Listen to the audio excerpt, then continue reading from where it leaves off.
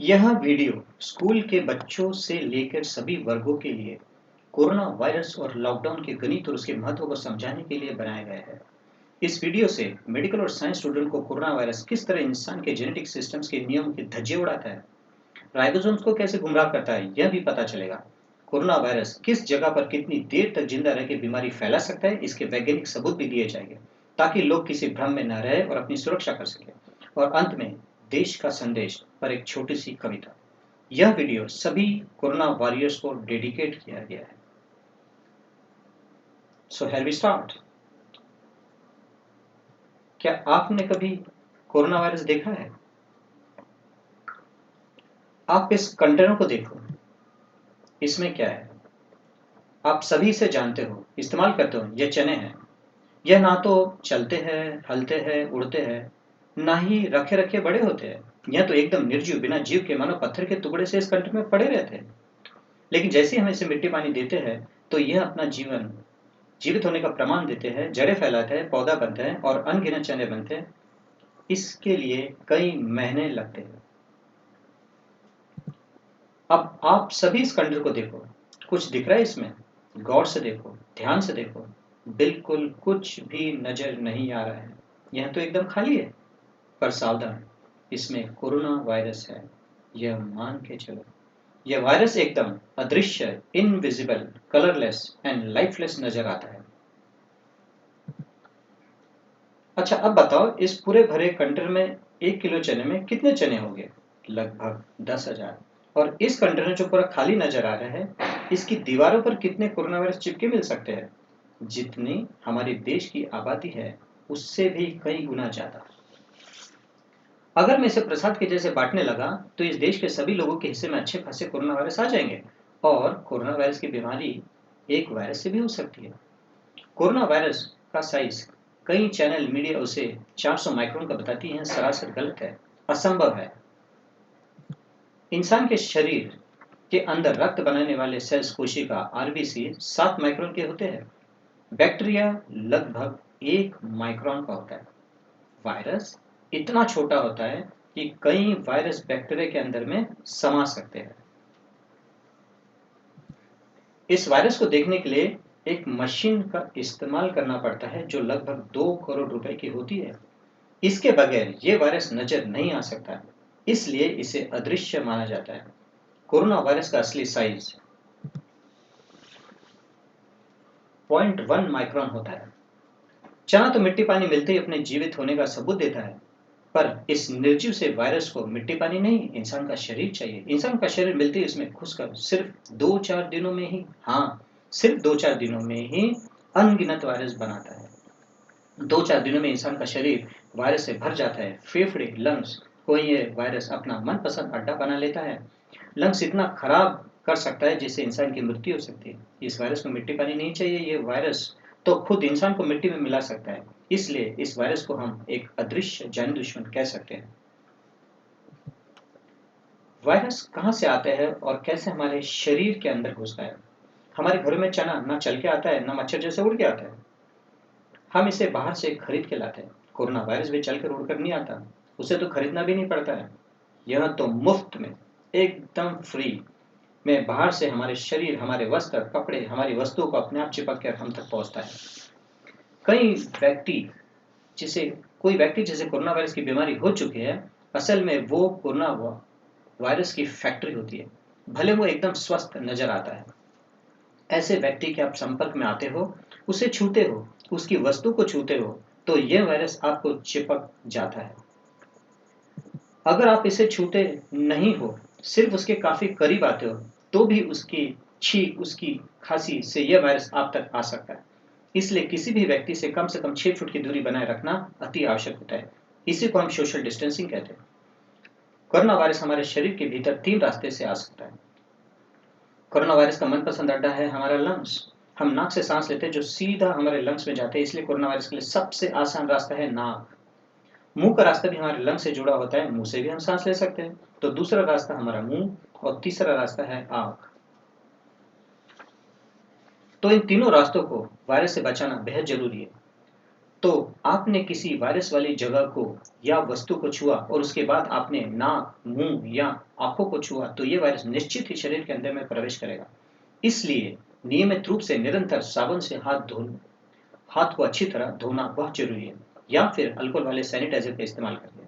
Mask लगाने से अनजाने में भी हम नाक और मुंह को हाथ नहीं लगा पाते, इससे हमें और अधिक सुरक्षा मिलती है।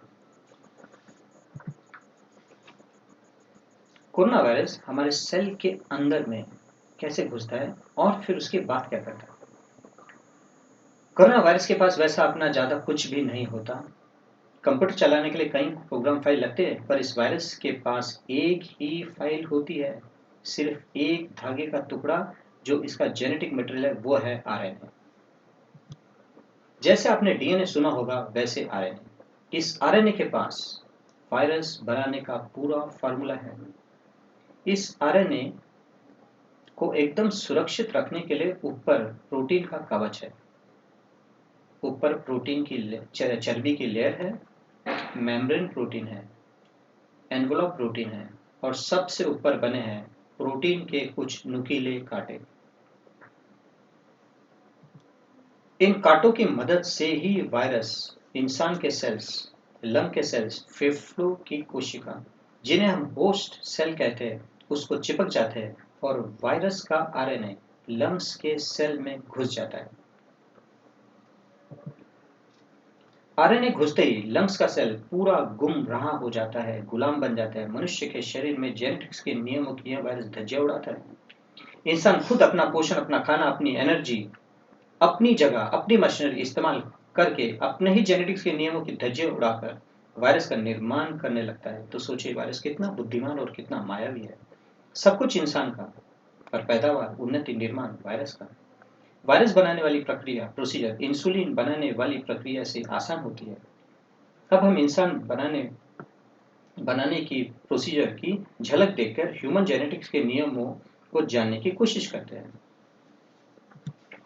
पैंक्रियास लिवर और किडनी जैसा एक अंग है, ऑर्गन है, उसके सेल्स में इंसुलिन बनता है।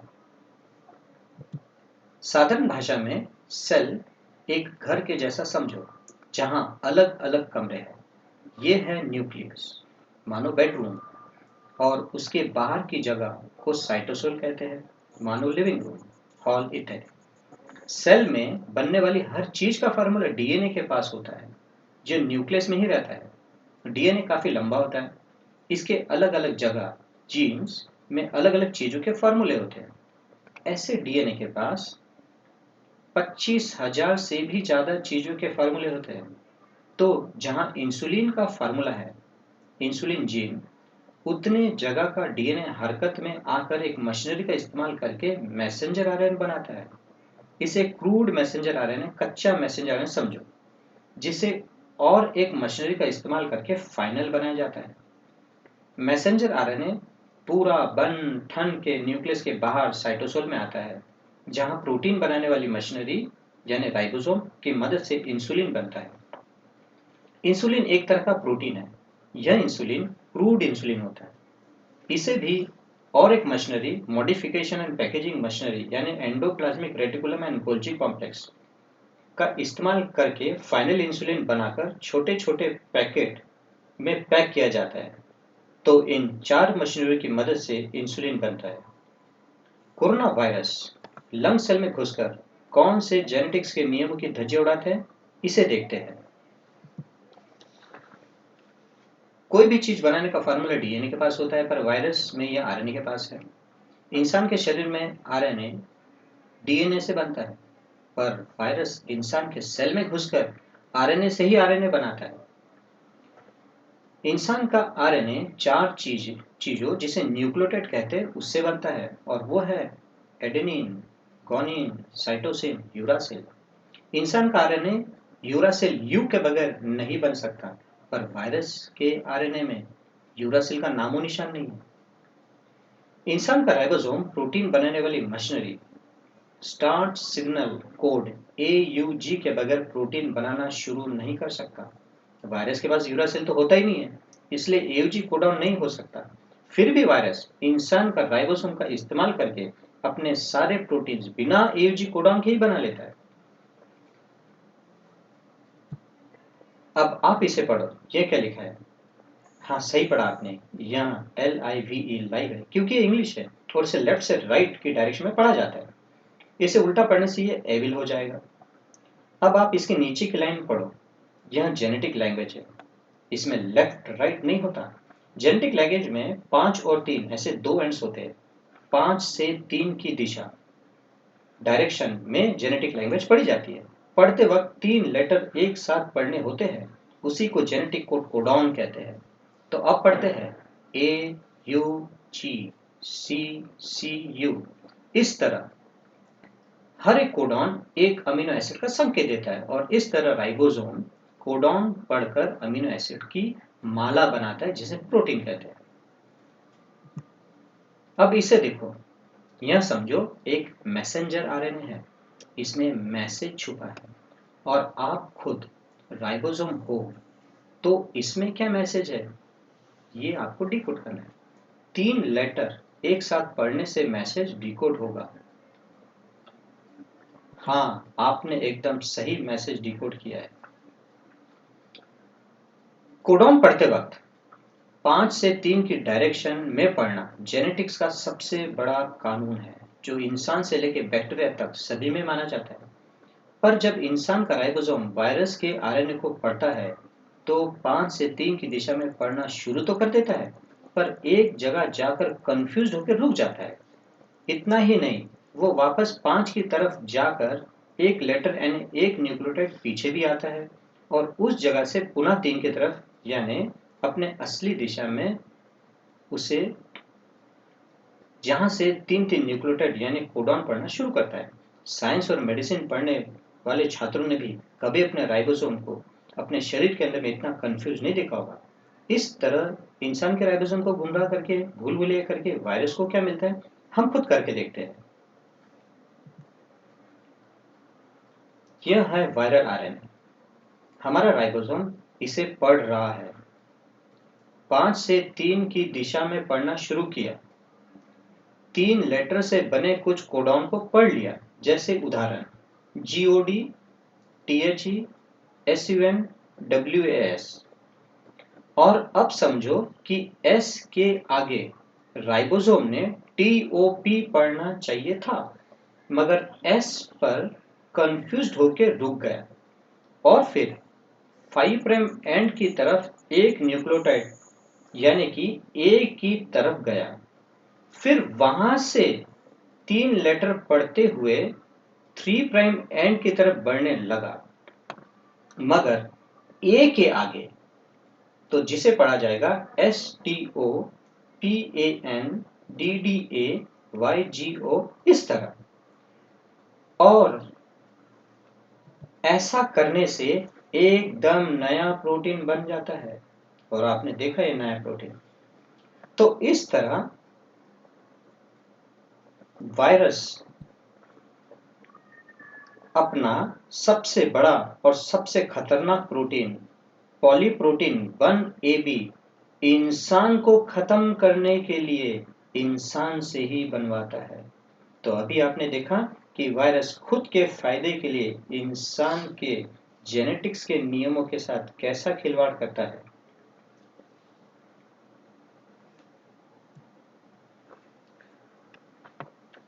Ribosome read messenger RNA only in the 5' to 3' direction, and genetics of all living system only this direction is possible. Whereas human ribosome, while reading genomic RNA from 5' to 3' end, stops and goes one nucleotide back in reverse direction towards 5' end, and then again starts reading towards 3' end. In genetics, this is known as -1 ribosomal frame shifting and is promoted by messenger RNA signal composed of slippery sequence and messenger RNA pseudo knot. In 2019 novel coronavirus, this by changing the whole frame of codon makes the biggest and unique protein called polyprotein 1AB, which make the enzymes needed to replicate many copies of genomic RNA and to make various smaller messenger RNA, subgenomic messenger RNA, to make all the viral structural proteins. Thus, viral genomic RNA can undergo replication, genomic RNA to genomic RNA, transcription, genomic RNA to messenger RNA, and translation, genomic RNA to proteins. Coronavirus RNA is very talented, multitasking molecule who can do anything. Replication, transcription and translation. And that too using his own space, without using his own space, energy and nutrition. Now we will see how coronavirus generates thousands of coronavirus.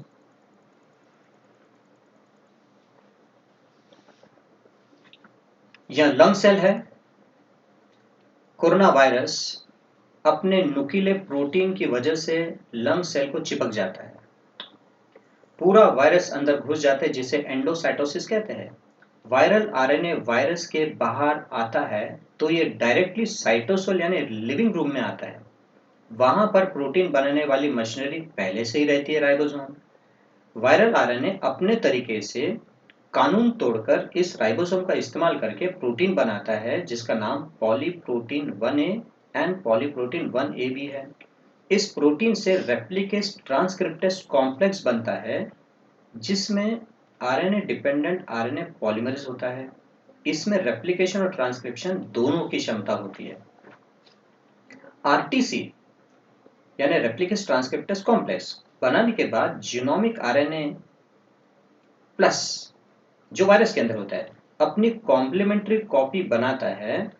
5-3 की जगह 3-5 बनाता है.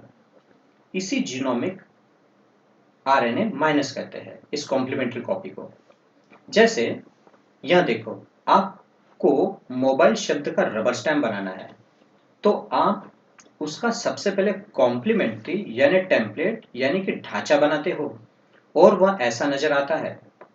Mobile शब्द में इधर 5 उधर 3, उसके template में इधर 3 और उधर 5 होगा. आप किसी भी रबर स्टैम्प के ढांचे को देख लेना, आपको पूरा समझ जाएगा. इस रबर स्टैम्प की मदद से आप जितनी बार मोबाइल शब्द छापना चाहते हो कर पाओगे. इसी प्रकार genomic RNA minus complementary strand से की मदद से हजारों जीनोमिक आरएनए प्लस की कॉपीज आरटीसी बना लेता है. आरटीसी के पास और एक ताकत होती है डिसकंटिन्यूअस ट्रांसक्रिप्शन की. यह उसी जीनोमिक आरएनए माइनस की मदद से छोटे छोटे मैसेंजर आरएनए बना लेता है जो वायरस को लगने वाले दूसरे प्रोटीन बनाता है, जैसे स्पाइक, मेम्ब्रेन, एनवलप और न्यूक्लियोप्रोटीन.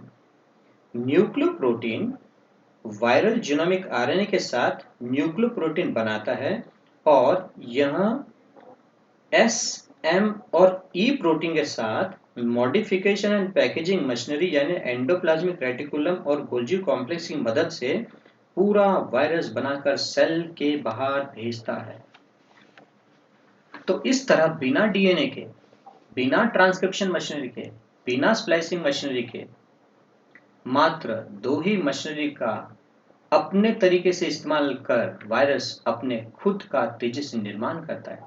इस तरह बहुत ही कम समय में वायरस तैयार हो जाता है. तो देखा, फास्ट फूड के जैसा फास्ट कोरोना वायरस कुछ ही देर में तैयार.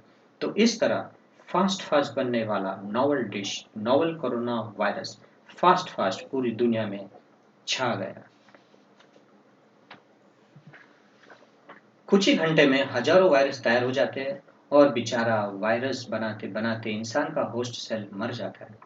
होस्ट सेल से निकले हजारों वायरस दूसरे तंदुरुस्त हेल्दी हजारों होस्ट सेल पर चिपक के उसकी मशीन इस्तेमाल करके हजारों और वायरस बनाती है. इस तरह इंसान का शरीर जानी दुश्मन पैदा करने वाली फैक्ट्री बन जाती है. सिर्फ 2 दिन में इतने ज्यादा अनगिनत वायरस तैयार हो जाते हैं कि तीसरे दिन से इंसान के शरीर से वायरस निकलने शुरू हो सकते हैं. उसकी छींक, उसकी खांसी वायरस से भरी हो सकती है. कोरोना वायरस के प्रोटीन्स तेजी से बनते हैं, यह जानकारी मार्च के एक साइंटिफिक जर्नल में भी छप चुकी है. तेज प्रोटीन से तेज वायरस बनेगा, ज्यादा वायरस बनेगा, ज्यादा वायरस शरीर में रहेगा, खांसी और छींक में ज्यादा वायरस निकलेगा, ज्यादा देर तक वायरस वातावरण में रहेगा, ज़्यादा लोग इससे संक्रमित होंगे। इसलिए 2019 नोवेल कोरोना वायरस इतने ज़्यादा तेजी से फैल रहा है।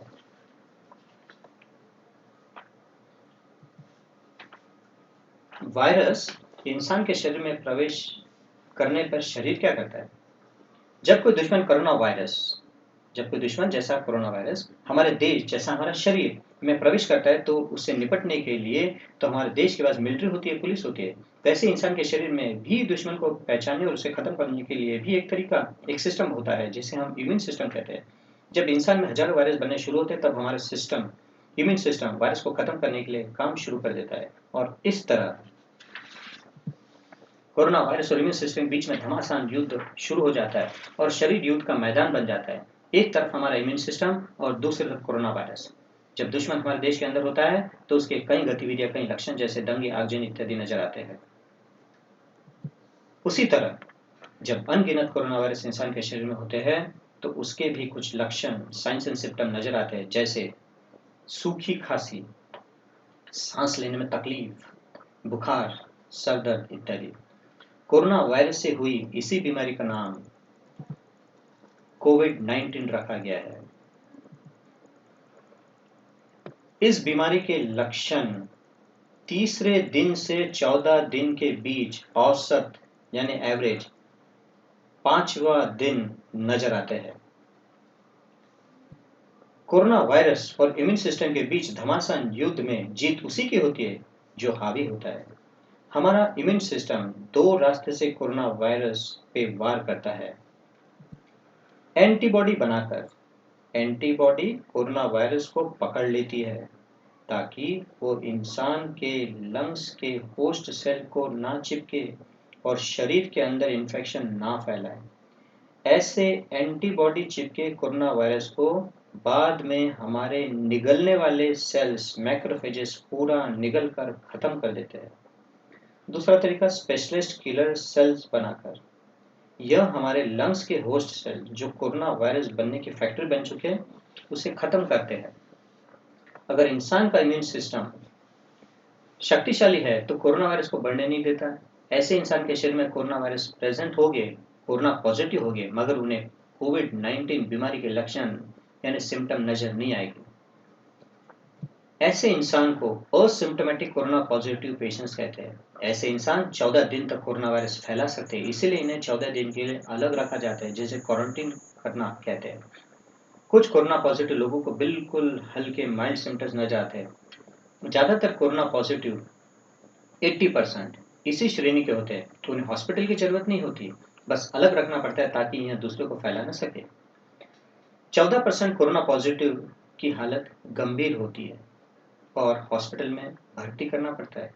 6% कोरोना पॉजिटिव की हालत एकदम नाजुक होती है। इस युद्ध के अंतिम नतीजे कई कारणों फैक्टर्स पर निर्भर करते हैं, जैसे शुरू में ही कितने कोरोना वायरस शरीर में घुसे, कितने तेजी से वायरस शरीर में बढ़ने लगे, इम्यून सिस्टम कब एक्टिवेट हुआ, कब सक्रिय हुआ, कितनी तेजी से हुआ, कितने ज़्यादा और किस रफ्तार से एंटीबॉडी और किलर सेल बनने लगे इत्यादि।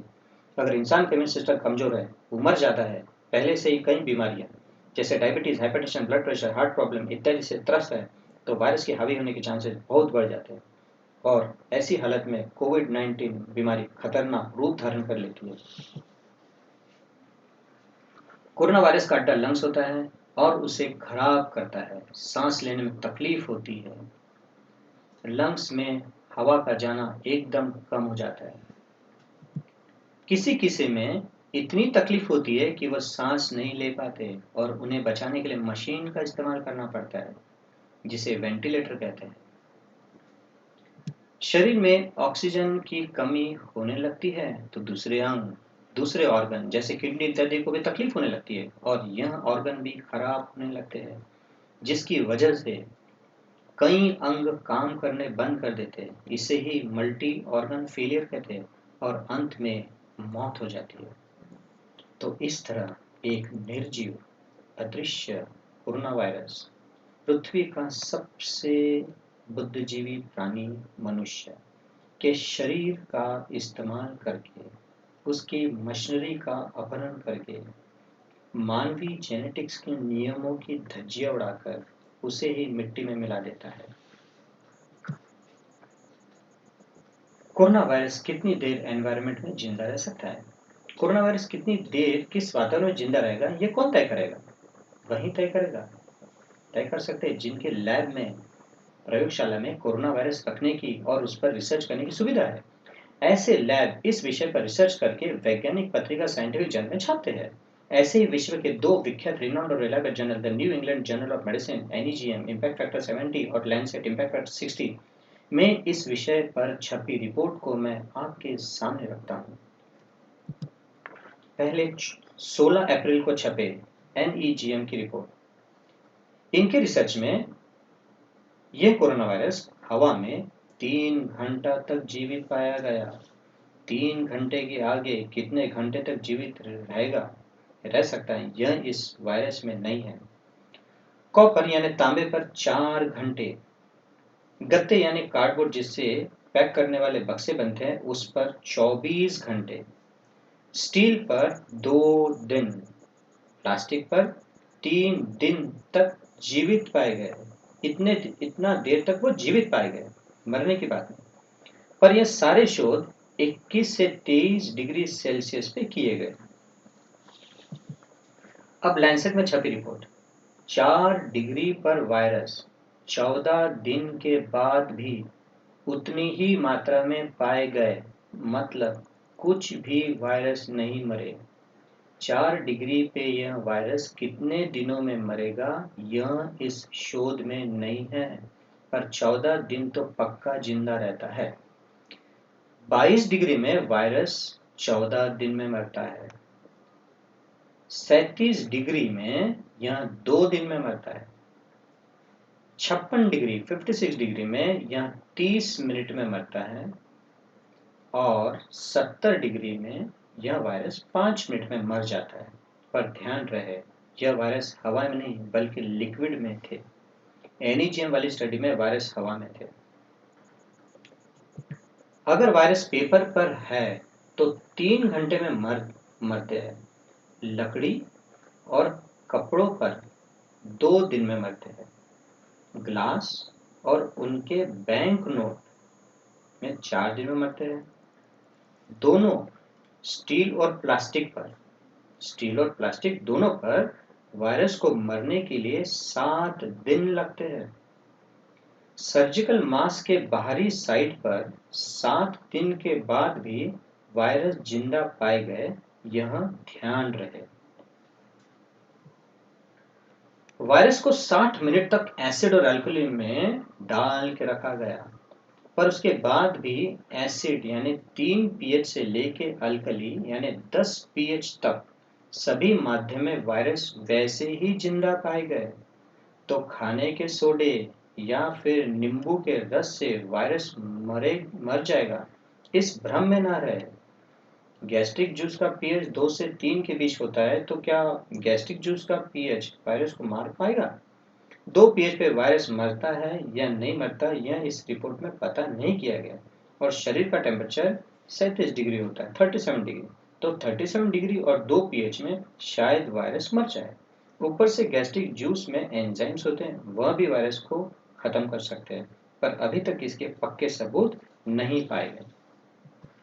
अब सबसे चौंकाने वाली रिसर्च, हैंड सोप सॉल्यूशन में 5 मिनट रखने के बाद भी कुछ वायरस जिंदा पाए गए, बाकी सभी में वायरस मर जाते, जैसे अल्कोहल, 1% हाइपोक्लोराइड,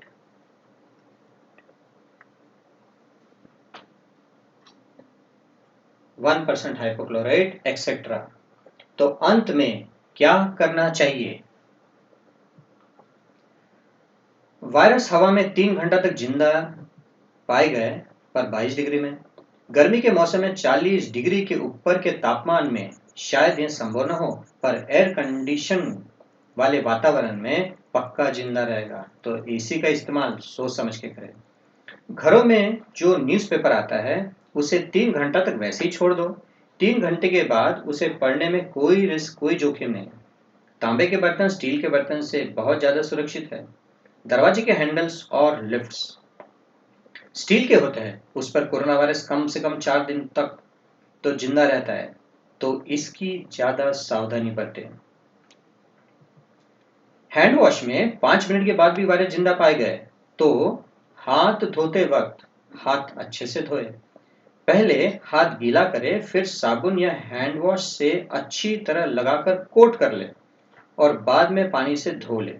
वायरस अगर मरता नहीं तो हाथ से धुल कर निकल जाएगा।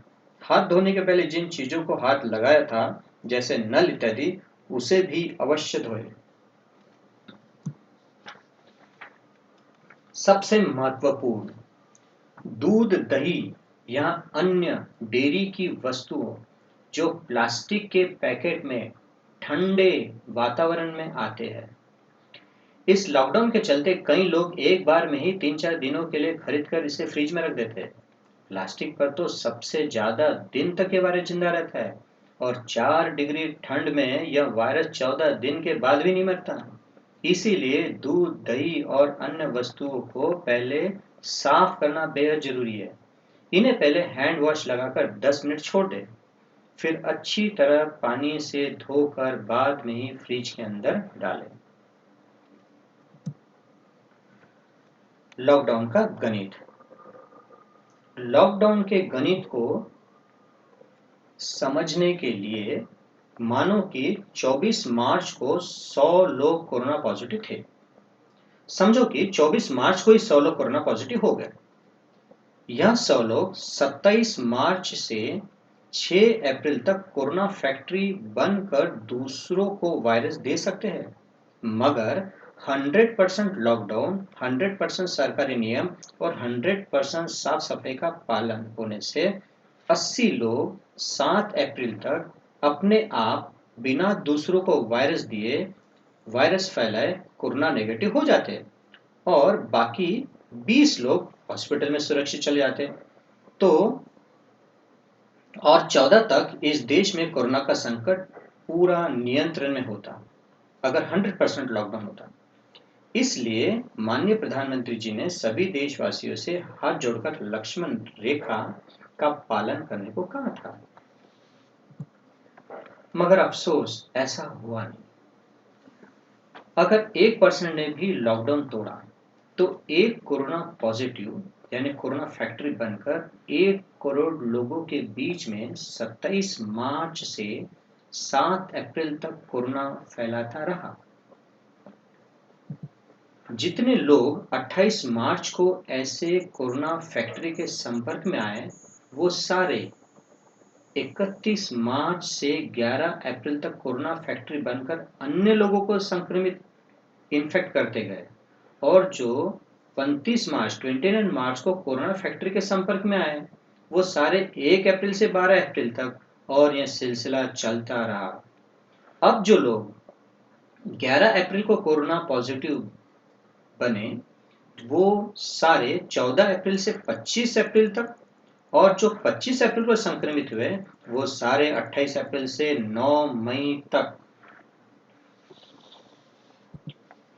और जो लोग 9 मई को संक्रमित यानी इन्फेक्ट होंगे, वो सारे 12 मई से 23 मई तक कोरोना फैक्ट्री बनकर दूसरों को संक्रमित करते रहेंगे और ये सिलसिला चलता ही रहेगा जब तक लॉकडाउन और सरकारी निर्देशों का सख्ती से यानी 100% पालन नहीं होगा।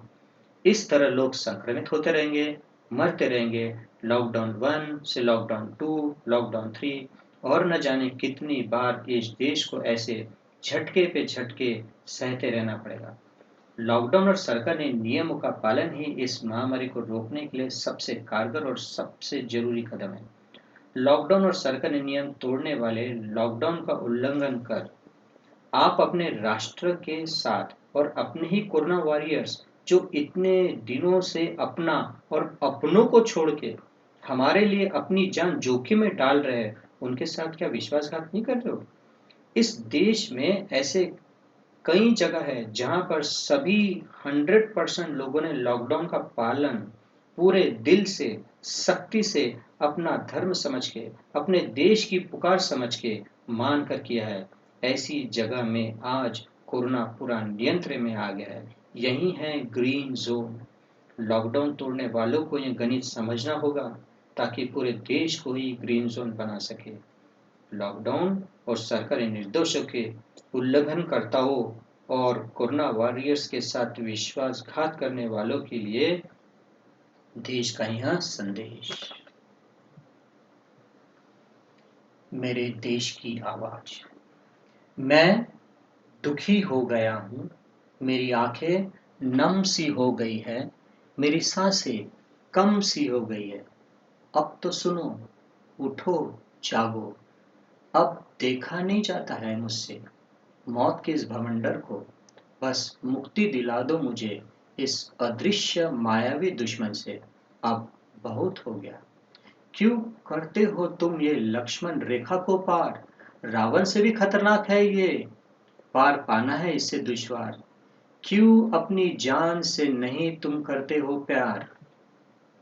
बाहर जाके ऐसी कौन सी खुशी खरीद के लाते हो, या फिर कौन सा गम है जो बेच के आते हो? फिर भी हर पल लॉकडाउन की धता बताते हो। लॉकडाउन तोड़ने वालों, जरा मेरे बारे में भी तो सोचो। मैं भी तो तुमसे करता हूँ प्यार, मैं ही तो हूँ तुम सबका पालनहार। कृपा करके कुछ और दिन रह लो घर में, वादा करता हूँ हो जाएगा तुम सबका बेड़ा पार। फिर न जाने ऐसा संकट भविष्य में कब आएगा, फिर न जाने मानो कब परिवार से इतना समय बिताएगा। खो जाएंगे सबके सब अपने नृत्य क्रिया कलापों में। सारा जीवन हमें यही लॉकडाउन याद आएगा। बदकिस्मती से यदि खो दिया कोई प्रियवर कोरोना में, जीवन भर प्रायश्चित कर कर्ज कभी न चुका पाएगा। हे भारत के सपूतों, सुन लो मेरी फरियाद। झकझोरो अपने मन को, जगाओ अपने विवेक को। आखिर में ऐसा न हो कि आज मैं तो बोल रहा हूँ, फिर शायद कोई सुनने वाला न रहे। मैं फिर कहता हूँ, ध्यान से सुनो। मैं दुखी हो गया हूँ, मेरी आंखें नम सी हो गई है, मेरी सांसें कम सी हो गई है। जय हिंद।